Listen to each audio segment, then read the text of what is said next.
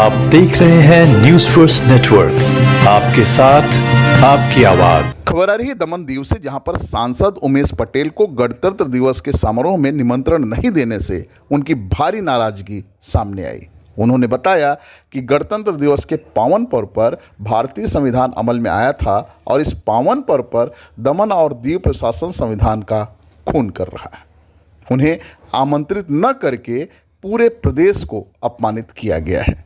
आइए देखते हैं उन्होंने इस मौके पर क्या कुछ कहा। नमस्कार। આજે આખું ભારત ગણતંત્ર દિવસ મનાવી રહ્યું છે। અમારા પ્રદેશમાં પણ ગણતંત્ર દિવસના કાર્યક્રમ થઈ રહ્યા છે।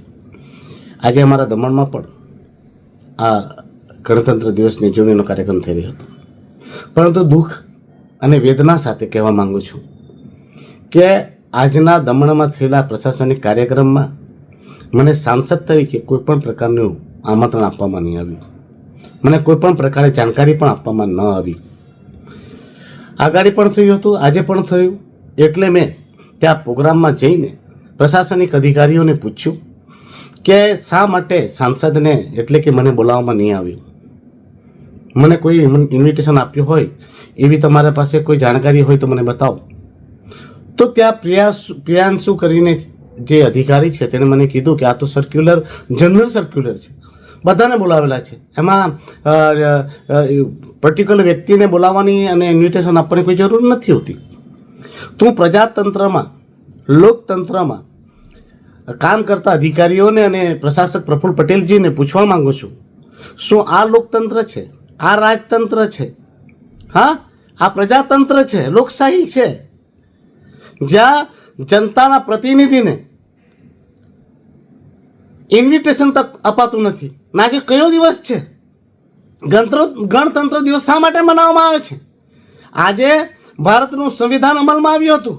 બાબા સાહેબ આંબેડકર સહિતના વિદ્વાનોએ ભારતના હરેક વ્યક્તિની રક્ષા માટે, તેમના હક અને અધિકારોની રક્ષા માટે આ સંવિધાન અમલમાં લાવ્યા હતા। એમણે જદ્દોજહદ કરી હતી, વર્ષો સુધી કઠિન તપસ્યા કરી હતી અને સૌથી મોટું, સૌથી પવિત્ર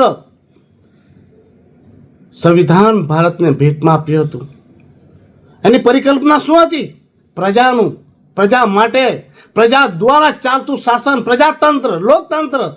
અને આજે આ અધિકારીઓ અમારા પ્રજાતંત્રનું, લોકશાહીનું ખૂન કરી રહ્યા છે। આજે અમારા સંવિધાનનું ખૂન થયું છે। માત્ર ઉમેશ પટેલનું અપમાન નથી થયું, આ અપમાન થયું છે મારા આખા પ્રદેશનું। આ અપમાન થયું છે માનીને પ્રધાનમંત્રી નરેન્દ્રભાઈ મોદીજીનું, જે અમારા સદનના નેતા છે। આ અપમાન છે ગૃહમંત્રી અમિતભાઈ શાહજીનું, જેના નેતૃત્વમાં કેન્દ્ર સરકાર ચાલે છે। આ અપમાન થયું છે મારા આખા ભારતના સદનનું, જેનું હું પ્રતિનિધિત્વ કરી રહ્યો છું। આજે લોકતંત્રના પર્વ ઉપર, આજે ગણતંત્ર દિવસના અવસર ઉપર અધિકારીઓ આટલી દાદાગીરી કરે, આવી રીતે લોકશાહીનું ખૂન કરે, અને હું પ્રજાના પ્રતિનિધિ તરીકે આ બધું અપમાન સહી લઉં? મારી જનતાના, લોકોના હક અને અધિકારની વાતોને હું છોડી દઉં? આ અપમાન મારું નથી, મારા આખા પ્રદેશનું, આખા દેશનું છે। તો હું ચૂપ કેવી રીતે બેસું? એટલે ત્યાં મેં કલેક્ટરને પણ પૂછ્યું, કલેક્ટરને પણ કહ્યું મને 2 મિનિટ બોલવા લો, મારા સાથે થયેલા અન્યાયની વાતો પ્રજા સમક્ષ મૂકવા દો, પણ એમણે મને મોકો નહીં આપ્યો।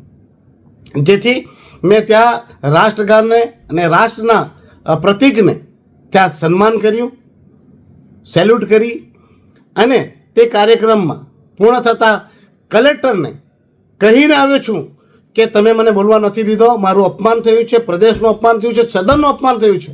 જેથી હું આ કાર્યક્રમનો બહિષ્કાર કરું છું અને હું ત્યાંથી જનપ્રતિનિધિઓને મળ્યો, જનતાના લોકોને બી મળ્યો અને તેમને પણ કહ્યું કે આ જે છે એ મારું એકલાનું નહીં, પણ એક આખા પ્રદેશનું અપમાન છે, તમે પણ છોડી દો।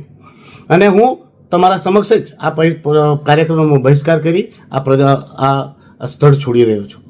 હું ચોથા સ્તંભ સમાન મીડિયાકર્મીઓને, મીડિયાના લોકોને વિનંતી કરું છું કે આ મારા અવાજને તમે જન સુધી પહોંચાડો, તાકી આવતા સમયમાં આવા બ્યુરોક્રેટ્સ લોકપ્રતિનિધિઓને આવી રીતે અપમાનિત ન કરે, પ્રદેશને અપમાનિત ન કરે, રાષ્ટ્રને અપમાનિત ન કરે અને ભારતીય પાર્લામેન્ટ અપમાનિત ના કરે. જય હિન્દ, જય ભારત.